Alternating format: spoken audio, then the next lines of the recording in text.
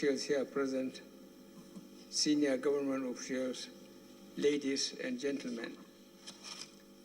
It is my great pleasure to be here once again to present the 2022 federal budget proposals to this distinguished joint session of the National Assembly. Distinguished and honorable leaders and members of the National Assembly, let me start by commending you for the expeditious consideration and passage of the Supplementary Appropriation Bill 2021. This further underscores your commitment to our collective efforts to contain the COVID-19 pandemic and address the various security challenges facing our country.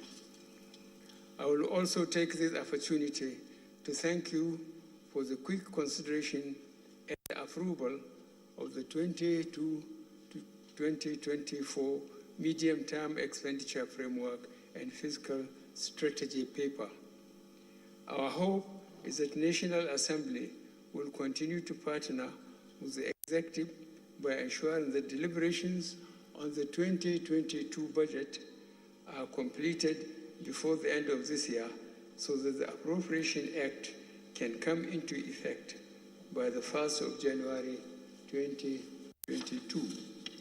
The 2022 budget will be the last full year budget to be implemented by this administration. We designed it to build on the achievements of previous budgets and to deliver on our goals and aspirations as will be reflected in our soon-to-be-launched National Development Plan of 21 to 2025. Distinguished senators and honorable members, in these normal times, I made use of this opportunity to provide an overview of global and domestic developments in the current year, a summary of our achievements and our plans for the next fiscal year. However, these are exceptional times. The grim realities of COVID-19 and its lethal variants are still upon us.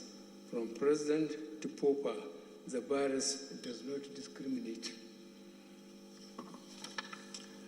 This is why our country still maintains its COVID-19 guidelines and protocols in place to protect its citizens and stop the spread of this disease.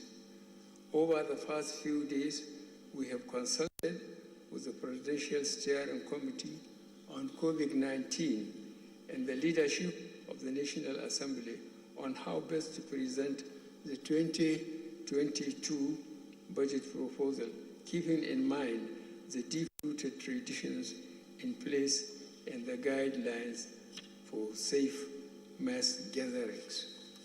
We ultimately decided that the most responsible and respectful approach was to hold a shorter than usual gathering while allowing the Honorable Minister of Finance, Budget and National Planning to provide fuller details of our proposals in a smaller event. I am sure many of you will be relieved as my last budget speech in October 2020 lasted over 50 minutes. Still, over the next few minutes, I will provide key highlights of our 2021 performance as well as our proposals for 2022. The 2021 budget economic recovery and resilience is based on a benchmark oil price of $40 per barrel, oil production of 1.86 million barrels per day, and exchange rate of 379 naira to United States dollar. Furthermore, a supplementary budget of 982.73 billion naira was recently enacted to address issues in the security and health sectors. Based on 2021 fiscal framework, total revenue of 8.12 trillion naira was projected to fund aggregate federal expenditure of 14.57 trillion naira, inclusive of the supplementary budget. The projected fiscal deficit of 6.45 trillion naira, or 4.52% of GDP, is expected to be financed mainly by domestic and external borrowing. By July 2021, Nigeria's daily oil production averaged 1.7 million barrels, inclusive of condensates, and the market price of Bonny Light crude averaged $68.53 US per barrel. Accordingly, actual revenue were 34% below target as of July 2021, mainly due to the underperformance of oil and gas revenue sources. Federal government's retained revenues, excluding government-owned enterprises, amounted to 2.61 trillion naira against the proportionate target of 3.95 trillion naira for the period. The federal government's share of oil revenue totaled 570.23 billion naira as of July 2021, which was 51% below target, while non-oil tax revenues totaled 964.13 billion naira. The poor performance of oil revenue relative to the budget was largely due to the shortfall in production, as well as significant cost recovery by NNPC to cover the shortfall between its cost of importing petrol and the pump price. The National Assembly will recall that in March 2020, the Petroleum Products Pricing Regulatory Agency announced that the price of petrol would henceforth be determined by market forces. However, as a combination of rising crude oil prices and exchange rate combined to push the price above the hitherto regulated price of 145 naira per litre, opposition against the policy of price deregulation hardened on the part of labor unions in particular. The government had to suspend further upward price adjustments while engaging labor on the subject. This petrol subsidy significantly eroded revenues that should have been available to fund the budget. On the positive note, we surpassed the non-oil taxes target by 7% in aggregate. The sustained improvement in non-oil taxes indicates that some of our revenue reforms are yielding positive results. We expect further improvement in revenue collections later in the year as more cooperative entities file their tax returns and we accelerate the implementation of our revenue reforms. We have stepped up implementation of the strengthened framework for performance management of government-owned enterprises with a view to improve their operational efficiencies, revenue generation, and accountability.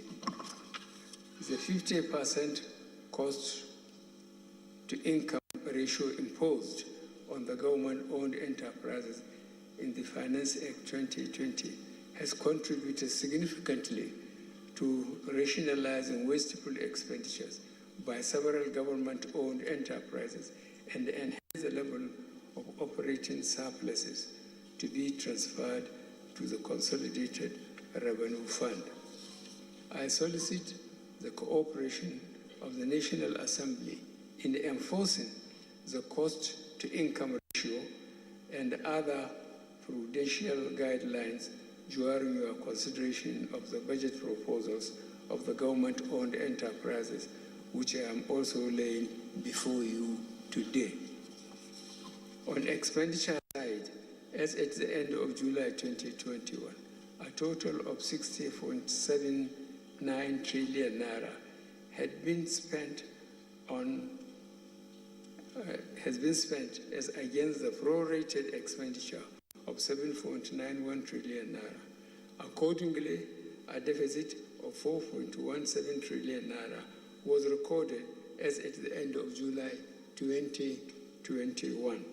The deficit was financed through domestic borrowing.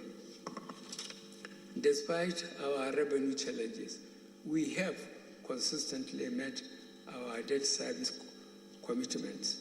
We are also up to date on the payment of staff salaries, statutory transfers, and overhead costs.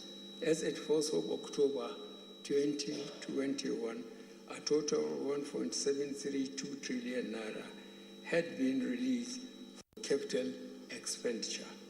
I am pleased to inform you that we expect to fund MDA's capital budget fully by the end of fiscal year 2021.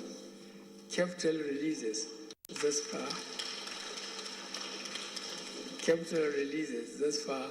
have been prioritized in favor of critical ongoing infrastructural projects in the power, roads, rail, agriculture, health, and education sectors. We have made progress in the railway projects connecting different parts of the country.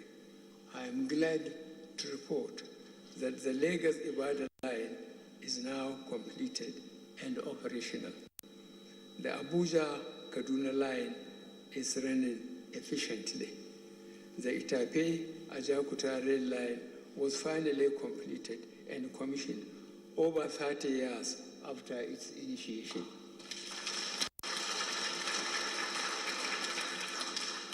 Arrangements are underway to complete the Ibadan-Kano line.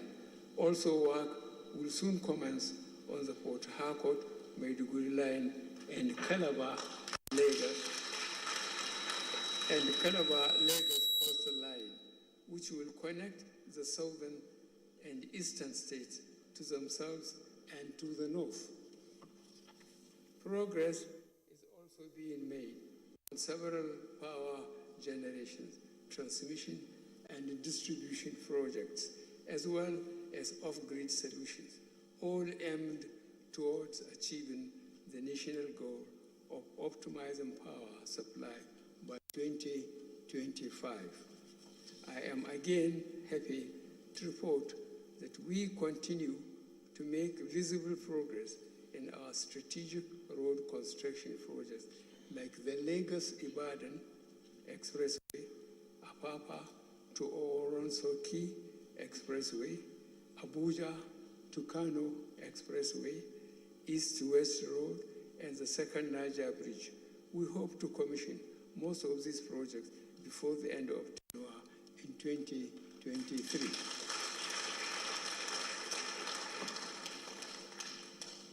The pandemic reveals the urgent need to strengthen our health system.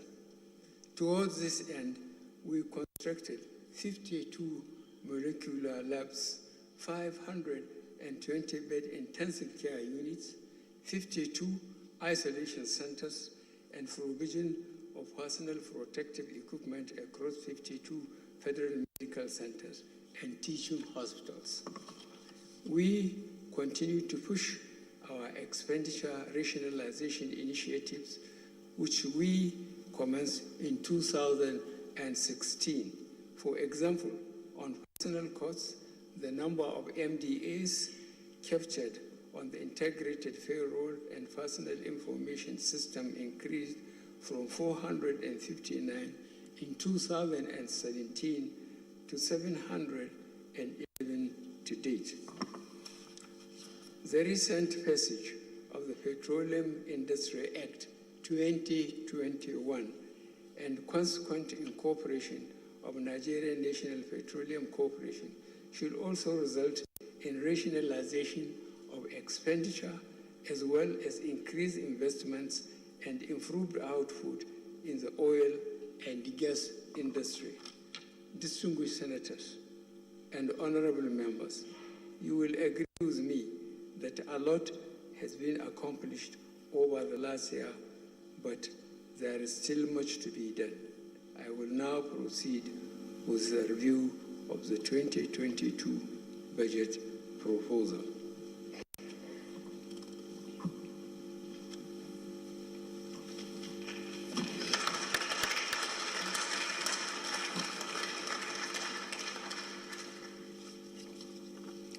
The allocation of MDAs were guided by the strategic objectives of the National Development Plan of 2021 to 2025, which are A, diversifying the economy with robust MSME growth, B, investing in critical infrastructure, C, strengthening security and ensuring good governance, D, enabling a vibrant, educated, and healthy populace, E, reducing poverty, and F, minimizing regional, economic, and social disparities.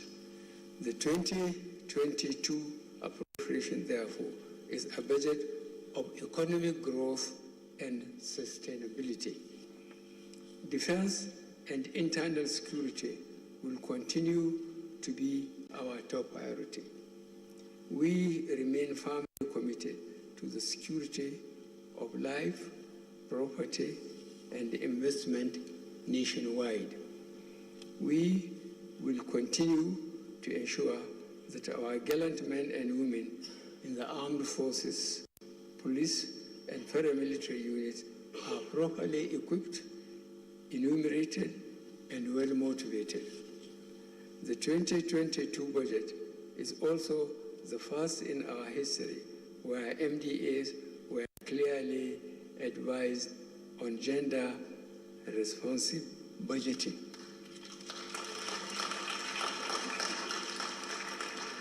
These are part of critical steps in our efforts to distribute resources fairly and reach vulnerable groups in our society. Distinguished members of the National Assembly, the 2022 and 2024 medium-term expenditure framework and fiscal structure paper set out the parameters for the 2022 budget as follows. A, conservative oil price benchmark of $57 per barrel. B, daily oil production estimate of 1.88 million barrels, including condensates of 300,000 to 400,000 barrels per day. C, exchange rate of 410 naira and 10 naira, 15 kobo per United States dollar, and D, projected GDP growth rate of 4.2% and 13% inflation rate. Based on these fiscal assumptions and parameters, total federally collectible revenue is estimated to 17.7 trillion naira in 2022. Total federally contributable revenue is estimated to 12.72 trillion naira in 2022. Total revenue available to fund the 2022 federal budget is estimated at 10.13 trillion naira. This includes grants and aid of 63.38 billion naira, as well as the revenue of 63 government-owned enterprises. Oil revenue is projected at 3.16 trillion naira. Non-oil taxes are estimated at 2.13 trillion naira, and federal government independent revenues are projected to be 1.82 trillion naira. A total expenditure of 16.39 trillion naira is proposed for the federal government in 2022. The proposed expenditure comprises a statutory transfers of 768.28 billion naira, B, no debt, recurrent costs of 6.8 trillion naira, and C, personnel costs of 4.1 trillion naira. D, pensions, gratuities, and retirees' benefits of 577 billion naira. E, overheads of 792.39 billion naira, and F, capital expenditure of 5.35 trillion naira, including the capital component of statutory transfers. G, debt service of 3.61 trillion naira, and H, sinking fund of 290.71 billion naira to retire certain maturing bonds.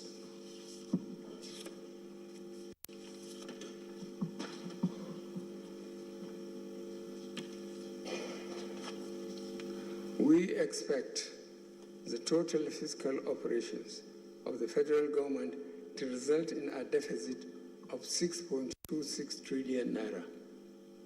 This represents 3.39% of estimated GDP, slightly above the 3% threshold set by the Fiscal Responsibility Act 2007.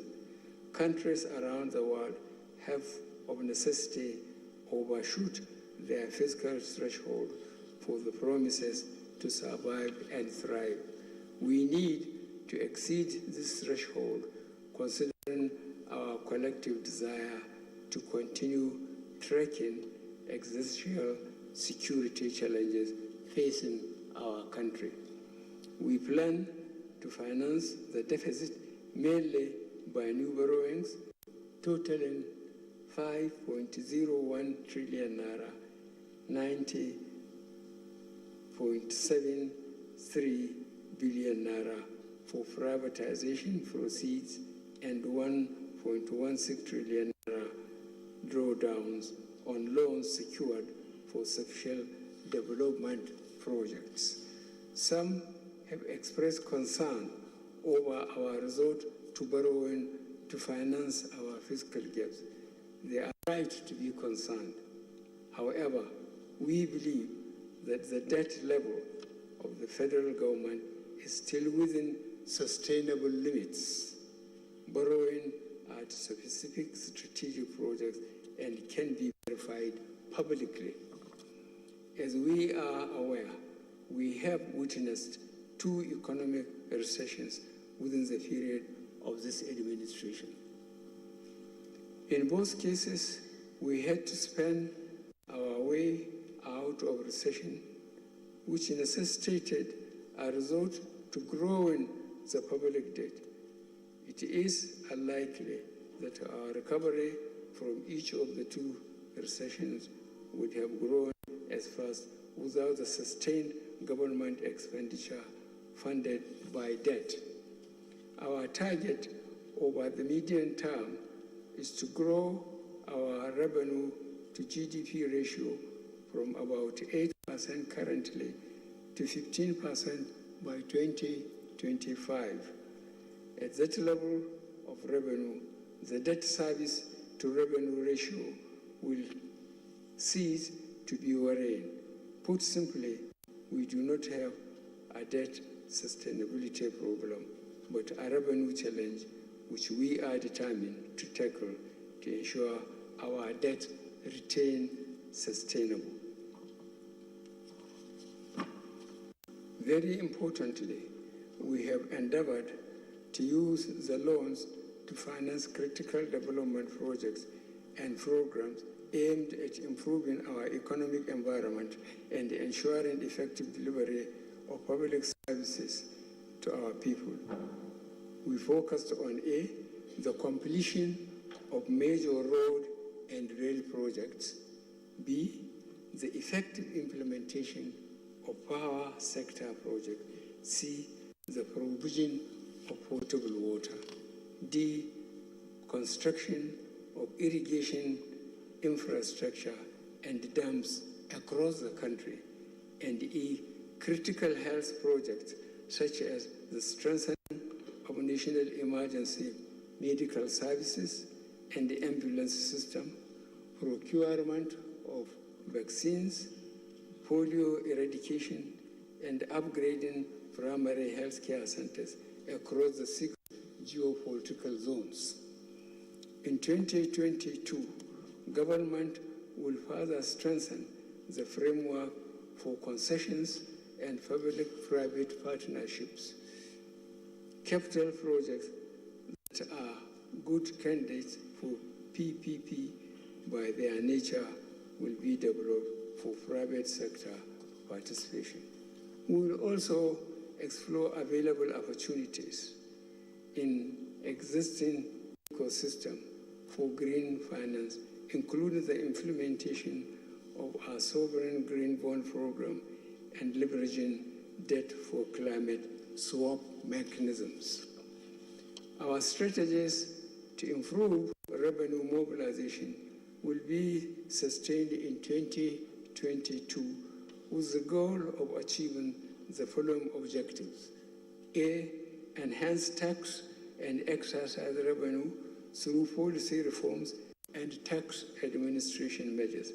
B, review the policy effectiveness of tax waivers and concessions. C, boost customs revenue through the e-customs and single window initiatives. And D, safeguard revenues from oil and gas sector. Distinguished senators and honorable members, I commend you for passage of the Petroleum Industry Act 2021. It is my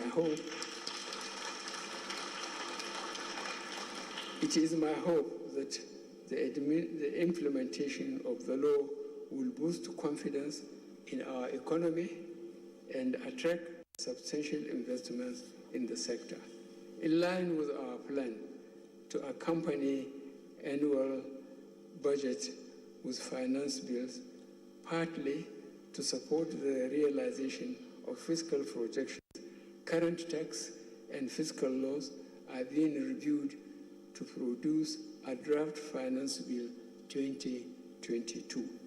It is our intention that our ongoing consultations are completed. The finance bill would be submitted to the National Assembly to be considered alongside the 2022 appropriation bill. Mr. Senate President, Mr. Speaker, distinguished honorable members of the National Assembly, this speech would be incomplete without commending the immense patriotic and collective support of the National Assembly in the effort to deliver